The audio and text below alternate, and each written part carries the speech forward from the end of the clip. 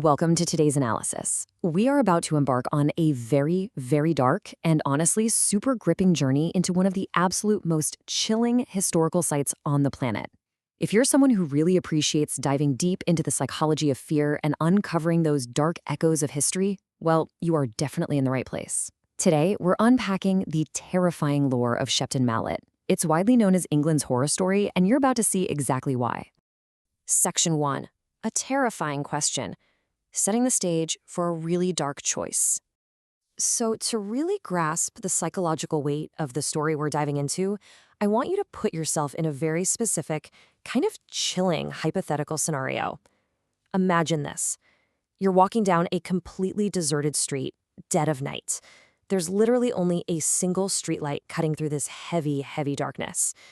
As you're walking toward it, just craving that tiny pocket of light, you spot something. There's a figure lurking right near the glow. You can't quite tell, is it a man, a woman, human, something else entirely? But your gut, your instincts are just screaming at you that whatever this thing is, it is not alive. So I'm asking you directly, what do you do? Do you step into the light where this monster is waiting? Or do you stay back in the pitch black darkness with whatever unseen terror might be lurking there? Where on earth do you go when both choices literally just lead to pure fear?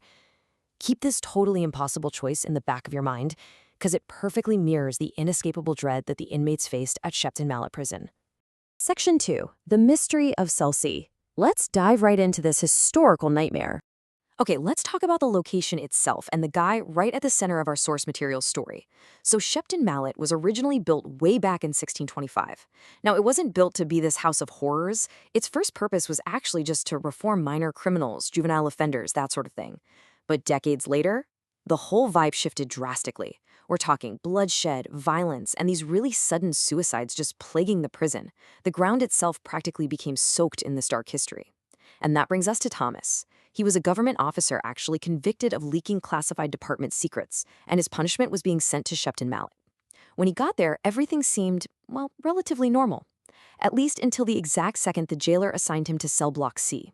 Thomas immediately noticed the jailer's face just drop, like a sudden, undeniable look of absolute dread washed over the guy when he read that assignment. But when Thomas tried to ask about it, the jailer just rudely brushed him off. Now, just walking to Cell C was a complete sensory nightmare. The jailer takes Thomas down this abandoned, absolutely foul-smelling corridor that just felt totally isolated from the rest of the prison. When they finally get to the massive steel door of Cell C, it was obvious this thing hadn't been opened in ages. The jailer is really struggling with it, and when it finally gives way, the rusted steel doesn't just creak, it screeches, like it let out this horrific sound that was exactly like a human scream, echoing all the way down the hall. In that exact moment, Thomas just knew this place was completely forsaken. Section 3. Inmate number 44. And believe me, that screeching door was literally just the beginning. So the jailer locks Thomas in and just leaves. Thomas is looking around his cell, assuming he's totally alone in this completely desolate block. But then, out of nowhere, he hears whispering. He peeks through his cell bars and actually spots an inmate over in the next cell. Trying to just, make some sense of what's going on, Thomas asks the guy how long he's been stuck in there. And the guy replies with this incredibly chilling line. He whispers, "I don't remember my name, only inmate number 44. Now Thomas completely freezes. Extreme confusion, absolute terror. You know why? Because when Thomas was being processed into the prison, literally just an hour earlier, the number he was officially assigned was inmate number 44. The details of the other prisoners perfectly illustrate how fast the psychological horror escalates here. Thomas tells the guy, "Look, that's impossible, because I'm number 44. The man just gives him this sinister look and tells him to look around. Suddenly, Thomas realizes the cell block isn't empty at all. Every single cell around him is occupied by these figures that look just utterly ghastly. We're talking burned faces, really deep, violent scars, and obvious signs of brutal beatings. They honestly looked like they'd been tortured to death. And here's the most horrifying part of the whole shebang. Every single one of these mangled, broken figures claimed that their true identity was inmate number 44. No exceptions.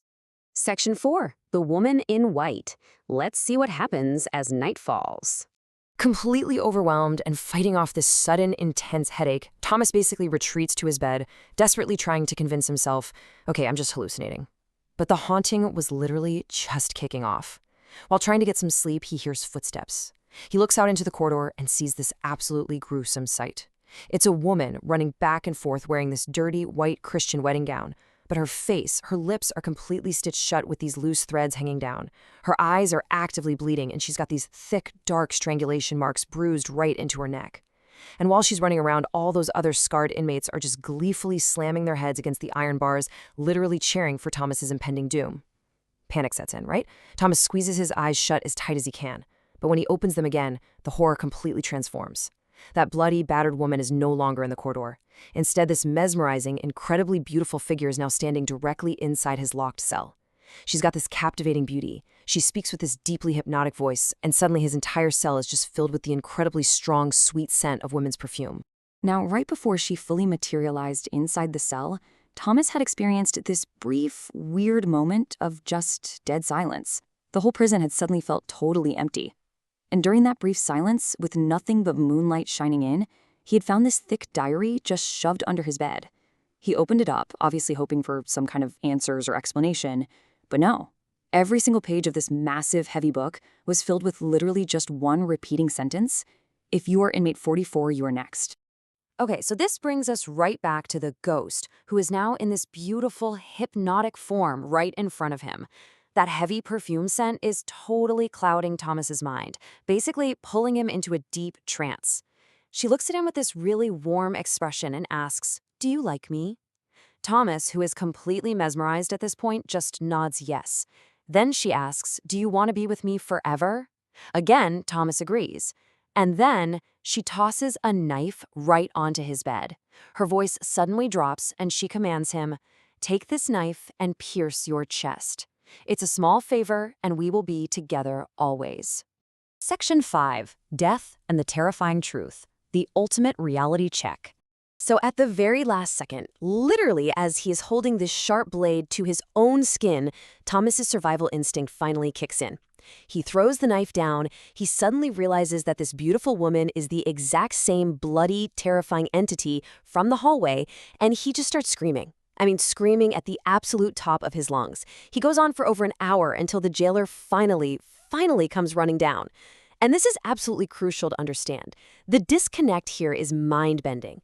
Thomas is desperately trying to explain his reality. He's being hunted by a ghost bride. He's surrounded by hostile, scarred inmates in the other cells who want him dead. But the jailer? He bluntly snaps Thomas right back to reality. He tells him that cell block C is completely 100% empty. There are no other prisoners. The jailer reveals that Thomas had literally been screaming at and talking to thin air. He was entirely, utterly alone. Terrified, completely out of his mind, Thomas begs the jailer, pleads with him to move him to literally any other block. Block A, Block B, it didn't matter. Just anywhere but there. The jailer, obviously knowing the dark history of this specific cell, agrees to submit a transfer request. But he tells Thomas, look, you have to survive the night here first. Well, he didn't. When the senior jailer opened that screeching door to cell C the very next morning, he honestly wasn't even surprised by what he found. Thomas was lying dead on the cold floor. And the knife? It was plunged directly into his chest. That was the exact same, tragically familiar fatal mark that had been left on every single prisoner who ever had the misfortune of being placed in that specific cell. So what exactly is the historical lore behind this entity? Well, centuries ago, a woman was actually arrested right before her own wedding.